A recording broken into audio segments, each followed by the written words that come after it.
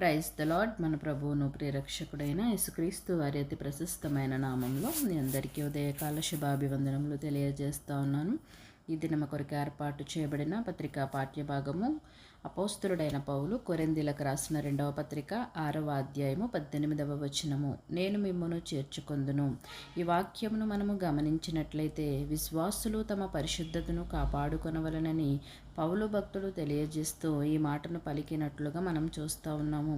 నా ప్రియ సహోదరులారా, చెడుతో సాంగత్యము మంచివారిని చెరిపే ప్రమాదము ఉంది కనుక నిన్ను అపవిత్రపరిచే ప్రతి దానిని నీవు విడిచిపెడితే దేవుడు నిన్ను విడిచిపెట్టక చేర్చుకొని నీకు తోడుగా ఉంటానని ఒక వాక్యం ద్వారా మాట్లాడుతూ ఉన్నాడు.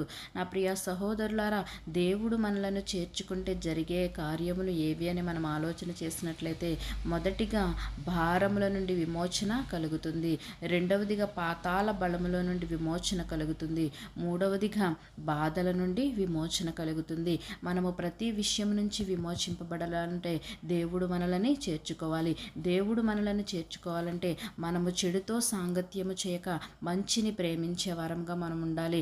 మనల్ని అపవిత్రపరిచే ప్రతి దానిని మనము విడిచిపెట్టినట్లయితే దేవుడు నిన్ను విడిచిపెట్టక నిన్ను చేర్చుకొని నీకు తోడుగా ఉంటానని ఒక వాక్యం ద్వారా మాట్లాడుతున్నాడు. దేవుడు చేర్చుకొని మనకు తోడుగా ఉండే విధముగా అట్టి జీవితాన్ని మనం కలిగి జీవించలాగున అట్టి కృప పరిశుద్ధాత్మ దేవుడు మనందరికీ అనుగ్రహించునుగాక. తలలు వంచి ప్రార్థనలోకి భవించవలసిందిగా కోరుచున్నాను. మహోన్నతుడును మహాగణుడైన మా ప్రియ పరలోకపు తండ్రి, నీ ఘనమైన శ్రేష్టమైన నామానికి స్తోత్రములు చెల్లిస్తా ఉన్నాము. ప్రభువా, అయా మిమ్మల్ని చేర్చుకొందును అని నీ యొక్క వాక్యము ద్వారా మాతో మాట్లాడిన దేవా, అయా నీవు చేర్చుకునే విధముగా ప్రభు మా జీవితాలు ఉండలాగిన అయా నీవు చేర్చుకుంటే మేము ప్రతి ఒక్క బంధకము నుంచి విమోచింపబడతామని నీ యొక్క వాక్యము ద్వారా మాకు తెలియజేసి ఉన్నావు.